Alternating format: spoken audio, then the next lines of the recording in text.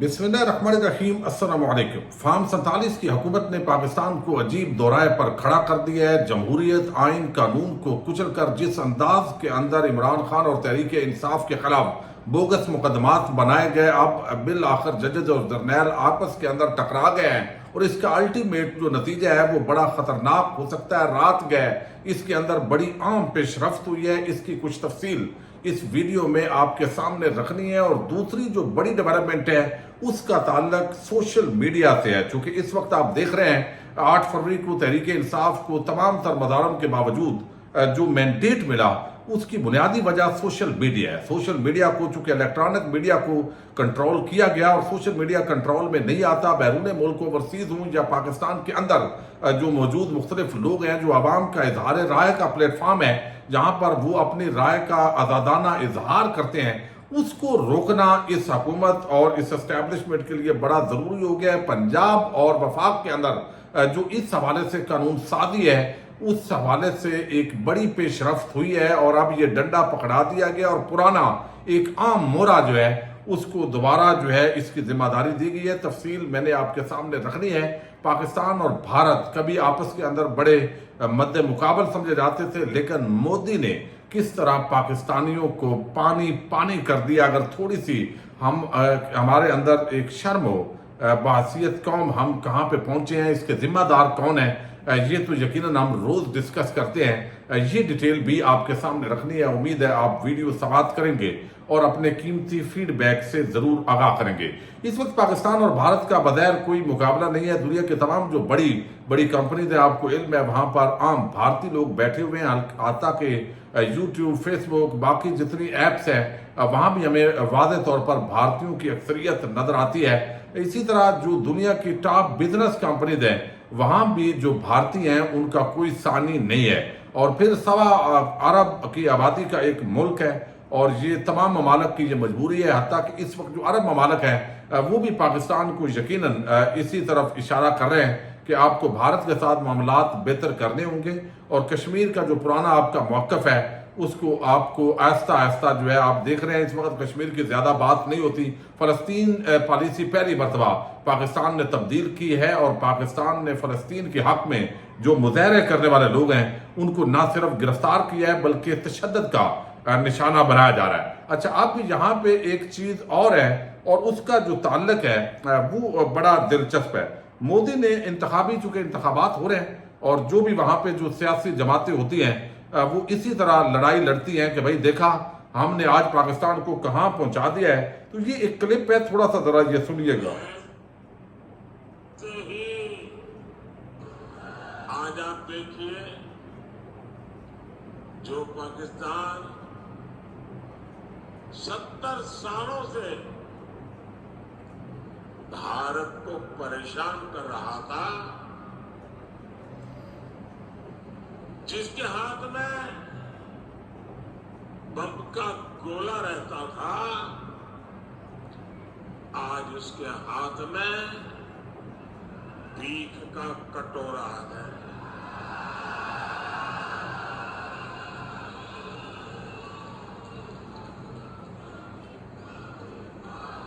جب دھاکڑ سرکار ہوتی ہے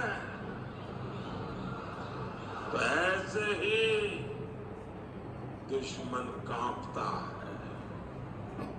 اب یہ جو کچھ مودی نے کہا ہے یہ آپ اندازہ کر سکتے ہیں کہ کتنی ریالٹی ہے۔ وہ کہتے ہیں ایک وقت تھا ان کے ہاتھ میں بم کا گولا ہوتا تھا، ہمیں ڈراتے تھے، دھمکاتے تھے، لیکن آج ان کے ہاتھ میں بھیک کا کٹورا ہے۔ اور یہ بات حقیقت ہے۔ ہماری بدماشیاں، ہماری اشرافیہ، ہمارے طاقتور ادارے، ہمارا پورا سسٹم نظام اتنا کرپٹ، اپاج، نکما ہو چکا ہے۔ غریب سے غریب تر، امیر سے امیر تر، اور IMF سے ہم اتنے جو ہے وہ قرضے لیتے ہیں، پیرس کلب ہو اور باقی ورلڈ بینک ہو، ایشیائی ترقیاتی بینک ہو، ہم تمام بینکوں کی اس طرح مقروض ہوتے ہیں، دوست ممالک کو بھی مانگنے کے لیے جاتے ہیں، کیا کریں مجبوری ہے۔ اور یہ پیسہ خرچ کہاں ہوتا ہے؟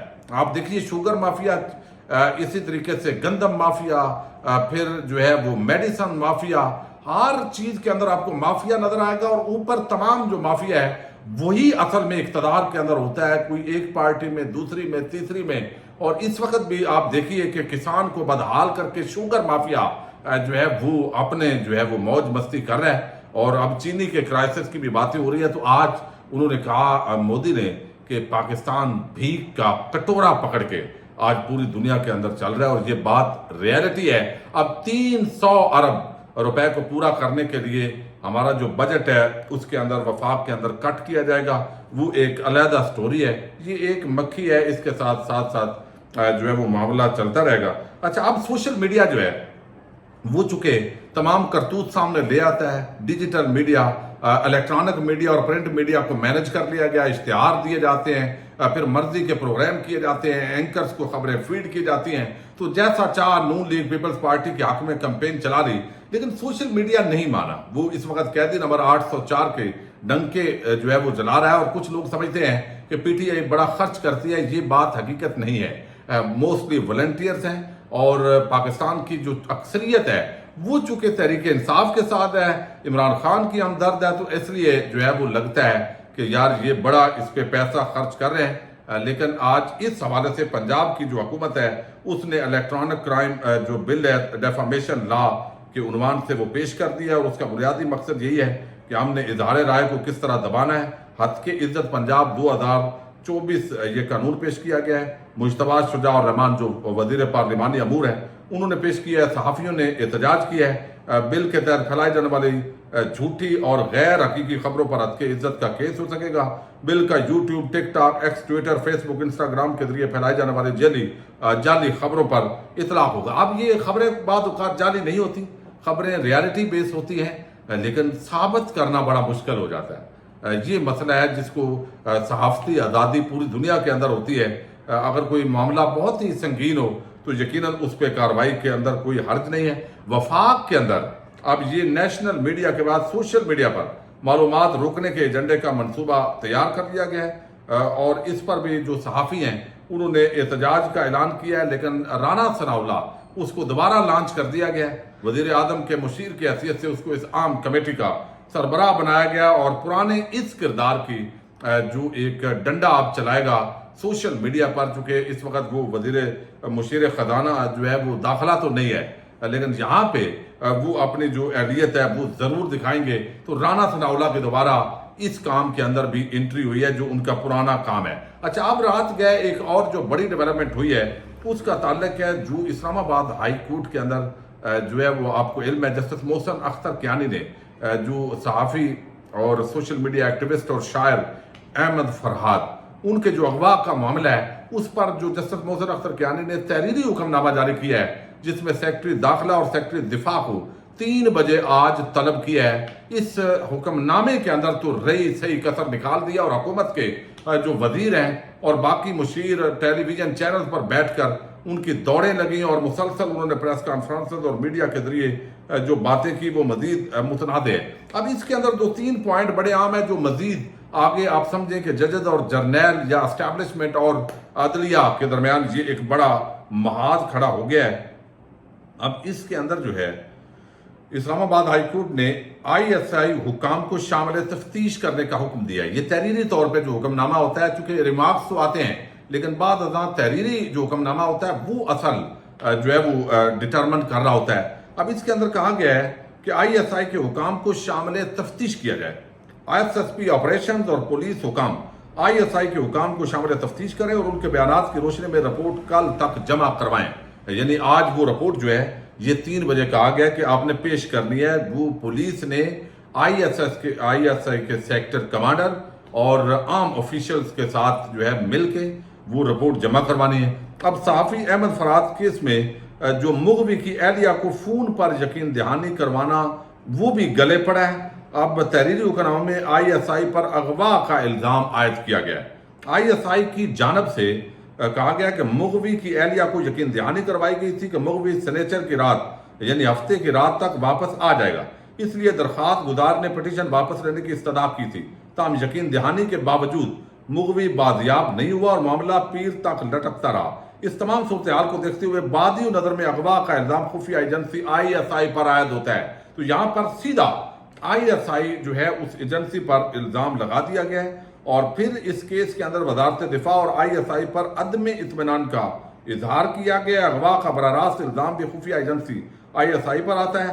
وزارت دفاع اور آئی ایس آئی سے عدالت مطمئن نہیں چونکہ اس معاملے کا براہ راست الزام آئی ایس آئی پر آتا ہے، اس لیے سیکرٹری دفاع کل تک تفصیلی جو رپورٹ ہے وہ جمع کروائیں. تو اب یہ تفصیلی رپورٹ کے اندر کیا ہوتا ہے یہ بڑا عام ہوگا. تفصیلی رپورٹ جمع ہوتی بھی ہے، نہیں ہوتی ہے، حکومت اس کے اندر آتی ہے یا وزارت دفاع جو سیکرٹری دفاع ہے ممکن ہے وہ پیش ہی نہ ہوں. اگر وہ پیش نہ ہوں تو پھر جو جسٹس محسن اختر کیانی ہے ان کا رد عمل کیا ہوگا. دوسری طرف جسٹس بابر ستار اور باقی جسٹس جہانگیری وہ سارے جج اس وقت تپے ہوئے ہیں. تو ان حالات کے اندر جو ہے وہ جو ٹکراؤ کے اندر اضافہ ہو رہا ہے اور قاضی صاحب کی کریڈیبلٹی سٹیک پہ لگی ہوئی ہے، یہ ساری چیزوں کو کس طریقے سے جو ہے وہ ہینڈل کیا جائے گا. تحریک انصاف دوسری طرف اپنی آواز بلند کر رہی ہے. تو اس طرح کے سخت ماحول میں جب فارم 47 کا جو حکومت قائم کی گئی ہے یہ یقیناً اسٹیبلشمنٹ کے لیے بڑی مشکل صورتحال ہے. عدلیہ اٹھ کھڑی ہوئی ہے، عوام پہلے ہی اٹھی ہوئی ہے اور تپی ہوئی ہے. ان حالات کو کس طریقے سے عوامی منشا اور جو آواز ہے اس کے خلاف جو ایکٹ کر کے کیسے اپنے آپ کو مینج کرتے ہیں. یقیناً ادارے بڑے اہل ہیں، دیکھتے ہیں کیا ہوتا ہے. پاکستان زندہ باد، پاک فوج پائندہ باد.